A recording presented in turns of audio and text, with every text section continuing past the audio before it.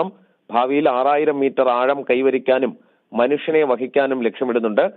ചെന്നൈയിലെ national institute of ocean ടെക്നോളജിയിലാണ് നടപടികൾ പുരോഗമിക്കുന്നത്. എഞ്ചിനീയർമാർ 25 ടൺ ഭാരമുള്ള മത്സ്യ 6000 വാഹനം തയ്യാറാക്കി വരികയാണ്. America, Russia, China, France, Japan തുടങ്ങിയവരാണ് മുൻപ് ഈ പരീക്ഷണം നടത്തിയിട്ടുള്ളത്. ഡൽഹിയിൽ നിന്നും ശ്രീകാന്താണ് വിവരങ്ങൾ പങ്കുവച്ചത്. ഇനി ചരിത്രപ്രസിദ്ധമായ ആനയടി പൂരം ആരംഭിച്ചു. മേളപ്പെരുക്കത്തോടെ ആവേശത്തിമിർപ്പിലാണ് ആനയടി ഗജമേള. പഴയിടം നരസിംഹസ്വാമിക്ക് മുന്നിൽ വണങ്ങി കൊയ്തൊഴിഞ്ഞ വയലിൽ ഗജവീരന്മാർ അണിനിരക്കും. ജനസാഗരം ആനയടിയിലേക്ക് ഒഴുകിയെത്തുകയാണ്. വിവരങ്ങളുമായി എം മനോജ് ചേരുന്നു.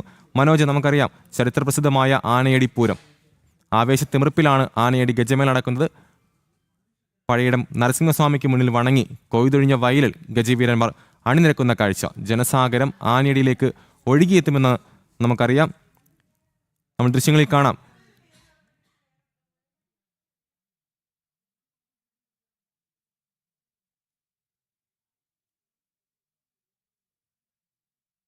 ആവേശത്തിമിർപ്പിലാണ് ആനയടി ഗജമേള നടക്കുന്നത്.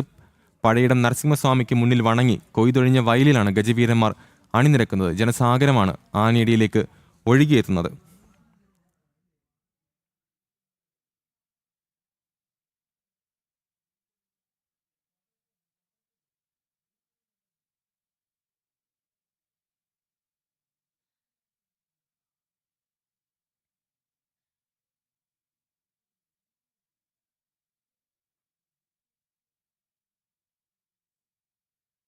വിവരങ്ങളുമായി മനോജ് ചേരുന്നുണ്ട്. മനോജ്, ചരിത്രപ്രസിദ്ധമായ ആനയടി പൂരം ആരംഭിച്ചു എന്ന് മനസ്സിലാക്കുന്നു. മേളപ്പെരുക്കത്തോടെ ആവേശത്തിമിർപ്പിലാണ് പഴയിടം നരസിംഹസ്വാമിക്ക് മുന്നിൽ വണങ്ങി ഗജവീരന്മാർ അണിനിരക്കുന്നു. എന്തൊക്കെയാണ് വിവരങ്ങൾ?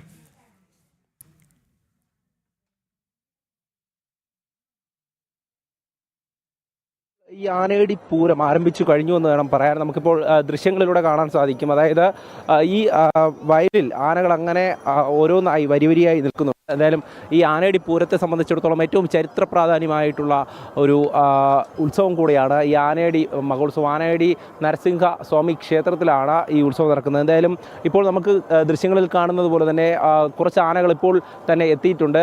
അതോടൊപ്പം തന്നെ നിരവധി ജനങ്ങളും ഇവിടെ ഈ ആനയടി പൂരത്തിൻ്റെ ഭാഗമാകുവാൻ വേണ്ടി വിവിധ ദേശങ്ങളിൽ നിന്നും എത്തിയിട്ടുണ്ട്. എന്തായാലും അല്പസമയം കൂടെ കഴിയുന്നതോടുകൂടി തന്നെ ഈ വയലിൽ മുഴുവനായും അങ്ങനെ ഗജകേസരികൾ അണിനിരക്കും. അതിൻ്റേതായിട്ടുള്ള ഒരു ആവേശവും ഓരോ ജനങ്ങളിലും നമുക്ക് കാണാൻ സാധിക്കും. എന്തായാലും നേരത്തെ നമ്മളോട് ഈ ക്ഷേത്ര ഭാരവാഹികൾ വ്യക്തമാക്കിയതുപോലെ തന്നെ ഈ ആനകളുടെ ഒരു കുറവ് അത് എല്ലാ കാലവും നമുക്ക് ഈ ആനയടി പൂരത്തിൽ 90ഉം 100ഉം ഒക്കെ ആനകൾ പങ്കെടുത്തിരുന്ന ഒരു കാലമുണ്ടായിരുന്നു. അതിനുശേഷം കഴിഞ്ഞ തവണ പങ്കെടുത്തത് 58 ആനകളാണ്.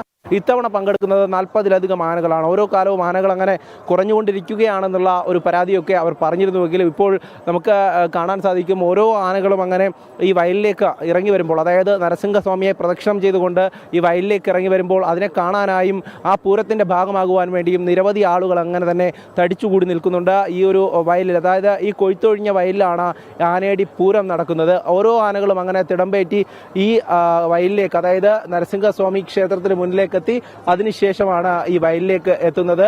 ഓരോ സമിതികളും ഓരോ വീട്ടുകാരും ആനകളെ ഇങ്ങോട്ടേക്ക് എഴുന്നള്ളിക്കുമെന്നുള്ളതാണ്. ഈ ഉത്സവത്തിന്റെ ഭാഗമായി തന്നെ ഈ ഗജമേള നടക്കുമ്പോൾ ഓരോ വീട്ടുകാരും അങ്ങനെ ആ ആനകളെ എഴുന്നള്ളിച്ചുകൊണ്ട് വാദ്യമേളഘോഷങ്ങളോടുകൂടി തന്നെ ഈ സ്ഥലത്തേക്ക് എത്തും.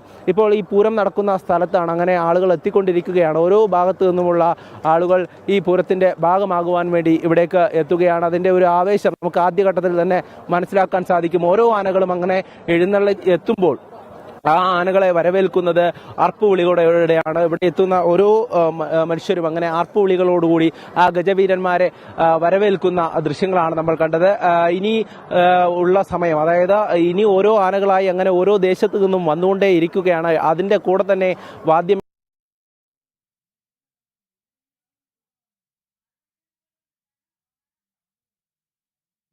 ചരിത്രപ്രസിദ്ധമായ ആനയടി പൂരം ആരംഭിച്ചു കഴിഞ്ഞു. മേളപ്പെരുക്കത്തോടെ ആവേശത്തിമിർപ്പിലാണ് ആനയടി ഗജമേള നടക്കുന്നത്.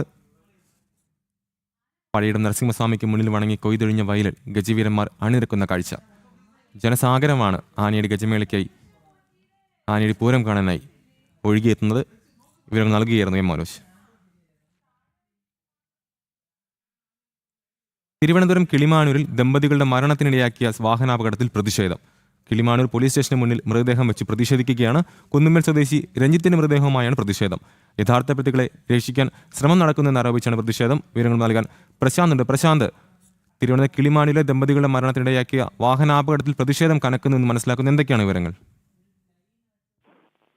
അതുപോലെ തിരുവനന്തപുരത്ത് കിളിമാനൂരില് ദമ്പതികൾക്ക് വാഹനാപകടത്തിൽ മരിക്കാനിടയായ സാഹചര്യത്തിലാണ് ഇപ്പോൾ പ്രതിഷേധം ശക്തമാകുന്നത്. അതായത് കഴിഞ്ഞ 3-ാം തീയതി, ഈ മാസം 3-ാം തീയതിയാണ് കിളിമാനൂരിൽ വാഹനാപകടം ഉണ്ടാകുന്നത്. ഇരുചക്ര വാഹനത്തിൽ ബൈക്കിൽ സഞ്ചരിച്ച ദമ്പതികളെ ഇടിച്ചു തെറിപ്പിക്കുകയായിരുന്നു. എന്നാൽ ആ വാഹനത്തിലെ ഉണ്ടായിരുന്നവർ സർക്കാർ ഉദ്യോഗസ്ഥരായിരുന്നു. അവരുടെ ID കാർഡ് അടക്കം കിട്ടുകയും ചെയ്തു.